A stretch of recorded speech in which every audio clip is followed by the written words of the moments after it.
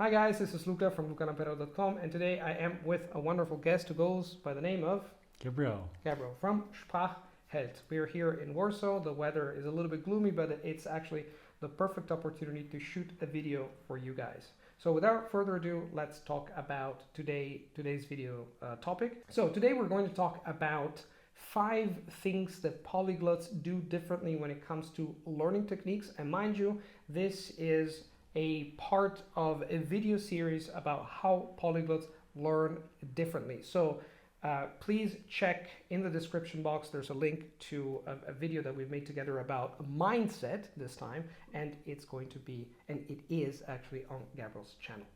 So let's dive right in. So point number 1 is that one thing that I think polyglots do differently is that they find and possibly build their own language learning material. Gabriel, what's been your experience? What do you think about this point? Yeah, I always search for language learning material that works best for me, because what's important is that the language learning material that you have is A, bringing you success, and B, is fun, because there's so much material out there and some of it is super boring and might be interesting to others and others boring to other people. So for me, it's really important that it's fun, that I like the topic. For instance, listening to a podcast where the narrator speaks about something that is interesting to me, or I love watching Netflix series and movies, and it's about something fun. So I enjoy the process, but I happen to do it in another language. So that's all material for me that helps me to be successful with the language, and I have fun at the same time. So it's really important for me to find the things that are fun for me, that work for me, and sometimes it might take a while. Sometimes I start with something and it's fun at the beginning, but then I start not enjoying it, so I know I have to change it. But I always think to myself, is that material the right material for me right now? Do I learn with it, and am I having fun with it? So I think that Gabriel really hit the nail on the head when he said that, for example, he asked himself, is this material enjoyable now? Because your level evolves, right? Your skills in the language evolve. So something that is cool right here or right now might not be cool, 3 months down the line. So keep that in mind, because your skills evolve. Also, the language learning material has to evolve.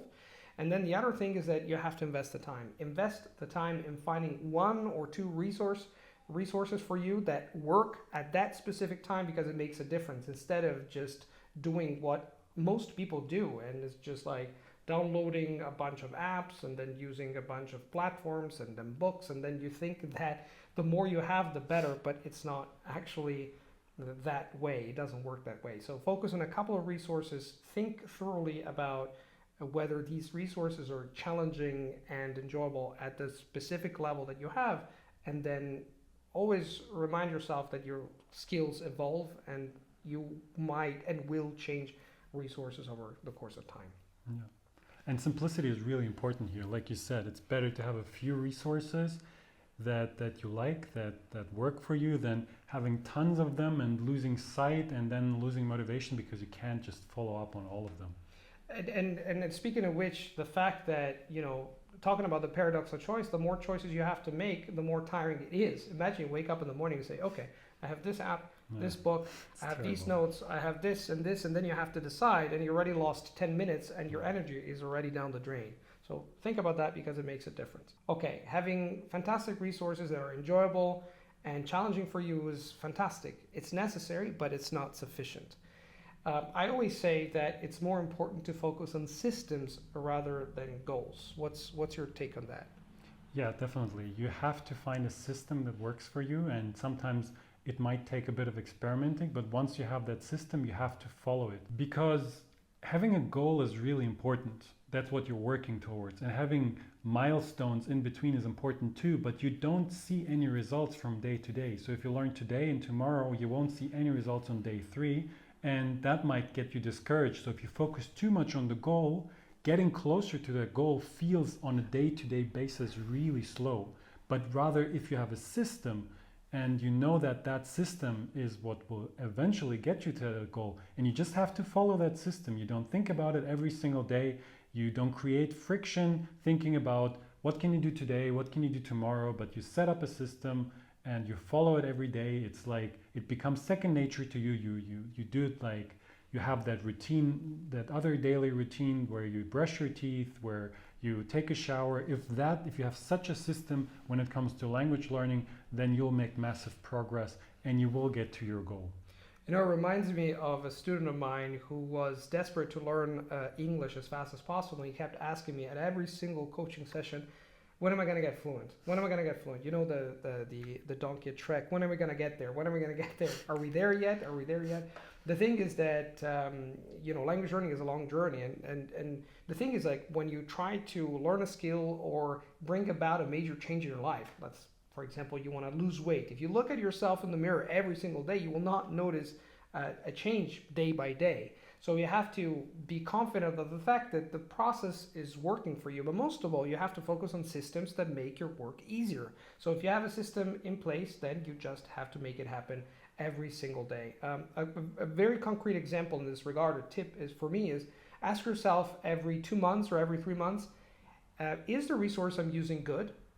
At the time that I'm talking, because maybe something happened, and as you were saying before, maybe your skills are a little bit better and something started to change. Am I using the resource in a way that I like? Can I tweak something? Can I change the amount of time? Can I change the time that I do it? So when you do it, for how long you do it, how you do it, and even the resource you're using, you can always ask yourself every 2 months, like a periodic check, if there's anything that you can change, because you're in complete charge of your learning process. So every 2 months, every 3 months, ask yourself these questions, write them down, and if there's anything that you want to change, do it, because it's going to be beneficial. So to combine this, it's important to have a plan, it's important to have a routine, but it's also important to check if it's working, and not check every single day, because like you said, it's the same. If you look into the mirror every day, you don't see yourself age, but if you look at pictures from a few years ago, you clearly see that difference. So you can see if a routine is working every day, but every month or every 2 months you can check, is the system that I set in place working? Is it working for me? And if it's not, then you tweak it. And if it's working, then you just continue with it. Fantastic. So it's important to have that balance. It's important to build a perspective over time, to look back in periods of 3 months, because we're very good at checking what happens during the day, at understanding what happens day by day, but not over long stretches of time. So this taps into a point number 3, which I think is very important, is that polyglots know what works for them and what does not work for them. In my personal case, for example, in my personal way of learning languages, what I do is I check what I'm doing every 2 or 3 months, and I change things here and there. And I discard some things, and I replace some other things, and I completely change something else. What's your take on that? What's your experience learning languages when it comes to discarding stuff you like and keeping or replacing or improving stuff you do like? Yeah, so it's very similar to what we talked about in point 2, that it's important to really check if what you're doing is still working for you, because you might have found a resource that works really well for you, and it's a lot of fun, and every day it loses a bit of that, and you don't see that because every day it's just a little bit, but 2 months later suddenly you wake up and you think about language learning in a very different way. It becomes tiresome, and you're not that motivated anymore, and that's because the resources that you have used 2 months ago that you were super enthusiastic about, they might not be the funnest resources anymore, or the method, the plan that you have set up might not work completely anymore, and you have to tweak it. And so it's important to really do a reality check, like, are the resources that I'm doing, like, are they still good? Like, am I still learning something, or did they become too easy, or did they become too boring? Do the teachers that I have, is it still fun to speak with them, or am I not learning anything anymore? Did the dynamic change, or can't they teach me anything anymore? So it's really important to do this check, but as we talked about in point 2, that to not do this check too often. I was thinking about the fact that, for example, one thing that I always do, I know it might sound surprising to you, because Assimil is the one resource I use to get a foundation in the language at the beginning. I never ever finish Assimil. At unit 70, around 70, maybe 75, I just tell myself, this has become boring. So something that was super exciting at the beginning, even the simplest of dialogues, like, hi, my name is Maria, hi, my name is John. It's exciting because you don't know anything of the language. But after 3 months of doing this, I apply my bidirectional translation to it. Then I tell myself, this is boring. And when that moment happens, then you have to. It's not an option. You have to move to something else.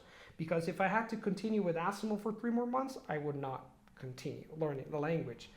So it's really important to have some periodic checks. I have my own system in place, so I know that after 3 months or 4 months of doing Asimov, I move to something else. But keep that in mind, because having periodic checks of 3 months to 4 months and changing the material, the way you do it, when you do it, for how long, it really makes a difference.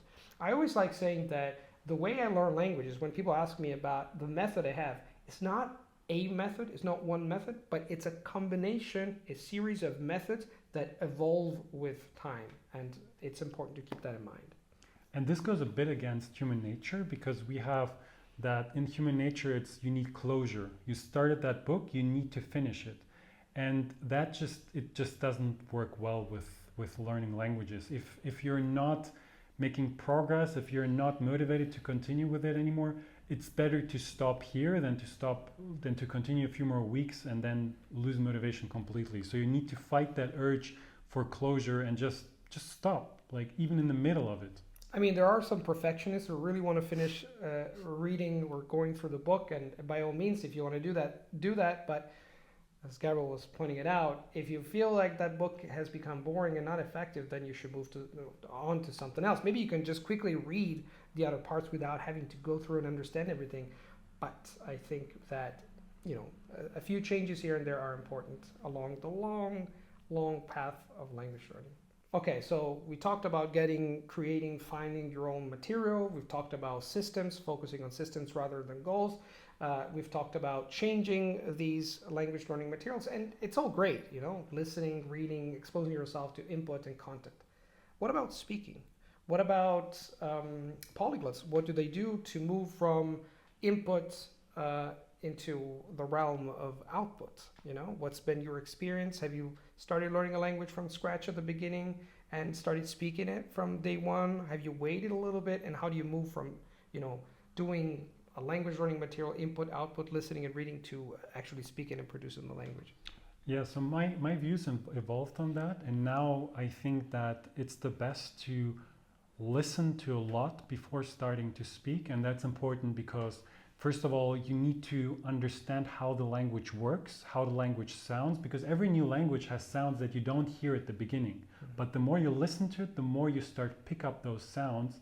And if you start speaking too soon, then you'll start speaking without those sounds, which means that you'll have bad pronunciation, you'll have a bad accent, and that's really difficult to correct later down the line. So it's really important to listen to a lot, to do a lot of input, comprehensible input, for as long as possible, until you really feel comfortable, until you really understand a lot, until you have a feeling for the structure, for the language, and then start speaking. And at some point you'll have to start speaking, obviously. But if you already have a really strong foundation that you built through input, then very often you start speaking and you're surprised how many things you can say. You picked up so many phrases, so many chunks of the language, and you just start speaking and you just know things that you didn't even know that you know. And it's just great because you already start speaking from a much better basis than you would if you start speaking from day one. You have a better pronunciation and it's just more fun. And so that's why I think it's really important to listen to a lot, to really get a good foundation. But then at some point you need to get to speaking, and you just need to do it, and not just a few sentences here or there, but to really look for language partners or look for language teachers that you can spend several hours per week speaking to really progress fast. Have you ever tried to speak a language from day one without listening too much? Maybe a few words here and there. I'm not sure. I think in the past I've started earlier than I'm doing it now, because you just have the urge to start doing something. But now that I'm really focusing on input first, like really doing comprehensible input, as Stephen Krashen always suggested, it's just so much, it's nicer, you feel more comfortable speaking, and you know a lot of things that you're saying are correct because you've heard native speakers say it so many times, and it's just stuck in your brain. I agree with you. I generally agree with you. And this speaking from day one versus waiting. We're opening a can of worms. But uh, let's put it this way. In my own experience as a polyglot, and I've seen it firsthand with other polyglots as well, getting a lot of input, getting a critical mass of input, comprehensible and compelling input does make a difference. And normally, I don't think I've ever spoken a language immediately. I always need at least 3 to 6 months of input, because when you speak at the very beginning, it's a little bit stressful. I've done this recently with Danish, but I had been learning Danish for quite some time, and then I also, on top of that, knew how to speak Swedish. I knew Swedish, so I would say in general that getting 3 to 6 months of passive, you can engage in it actively, but listening and reading at the same time so that you can actually understand what you're hearing is great. You build a critical mass. And then when it comes to speaking, what I do and what I recommend you do if you have the time and the time to invest in this is that before I start talking to someone, I create a bridge between input and output by talking to myself. And mind you, talking to myself doesn't mean to wander around the street and talking to myself randomly, as I did before. I actually did this before. It means now that I have a system in place where I have some very short guidelines that allow me to take some material that I've already gone through. I've watched a video, I've had a conversation with a tutor, or I listened to a podcast, and to create a short summary of that content by using certain phrases that I've jotted down. This allows me to talk to myself, to expand upon some written material. I have some guidelines, and I do it, I fit it in my schedule when I have more time, especially on Saturdays when I have a little bit more energy. I do that for 10-15 minutes by standing up and going around. And I think that this is a technique that really helps me starting to speak the language without the stress of having to speak, because speaking a foreign language for the first time is kind of stressful. I don't know if it's stressful for you to speak a foreign language for the first time, but I guess it is. Yeah, it's your brain is on overdrive. You grasp words and sentences that you've heard before that you learned, and it's very stressful. It takes a lot of energy. Gabel speaks 6 languages. I speak 14 languages. Even people who have experience in language learning, it's not true that you learn how to speak confidently for every language. Every single time you start a new language, you go through the same stuff. You go through the insecurity of speaking. You're aware of that. That's what makes a difference. But the truth is, when you start using the language for the first time, it's always a little bit stressful, and your mind goes blank, and you think about stuff. You look at the other person's face, and you think, "Oh my God, she's thinking," or he's thinking, "I'm a complete dumbass." So anyway.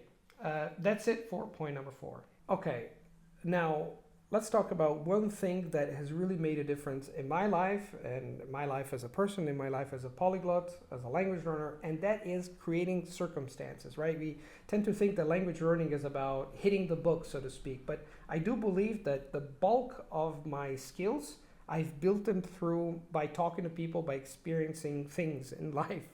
Right? So what's your take on that? I think that what polyglots do differently is that they create the circumstances through which and in which they can make their language learning skills thrive. Yeah, we talked about this earlier, that it's really important to be in touch with that language all the time. And some people that haven't learned languages before find it's a hard time for them to find the people to speak to find opportunities. And polyglots, they just find opportunities everywhere. They go to international parties, they watch international TV. For instance, I always like to schedule calls with teachers where I will have that opportunity at the specific time slot, or traveling to that country. But really think, where can you get in touch with that language, be it listening to it or speaking to someone. And this is just what drives your language skills forward really fast. And it's basically the immersion that we've talked about already. It's surrounding yourself with that language all the time And it's really important to find those opportunities all the time. And there's so many opportunities in today's world that is globalized, that has internet, where you find lots of content, where you can connect with everybody around the world. And that's just really important. And that's what also makes the language learning process fun, is having those opportunities and not just always looking at it in theory in books, but rather having the opportunity to use the language in real life. Because how we learn it in school is that we learn the theory for years and years and years, and then at some point in the very distant future, you'll have the opportunity to speak that language fluently. But most people know that that's not how it works. You have to always have those opportunities, and you have to always look for those opportunities to use that language. The opportunities are here and now and around the corner. It's up to you to grab them. And when people say, for example, oh, it's true you guys live in Europe, yet sure, it's true that maybe in Europe it's a little bit easier than if you live, say, in Australia. But the reality is that with the internet, and even in your town, there are opportunities to find people. You know, in my life, I've figured out that when I learn a new language, then I notice things that I hadn't noticed before. Like before learning, I don't know, Hungarian, for example, I didn't notice some people speaking Hungarian on the street, even in Rome. And this goes for every single language. So whenever you learn a new language, there are so many opportunities right there. And Gabriel said something else that is really important. This is not something that, oh, you just, have fun a little bit.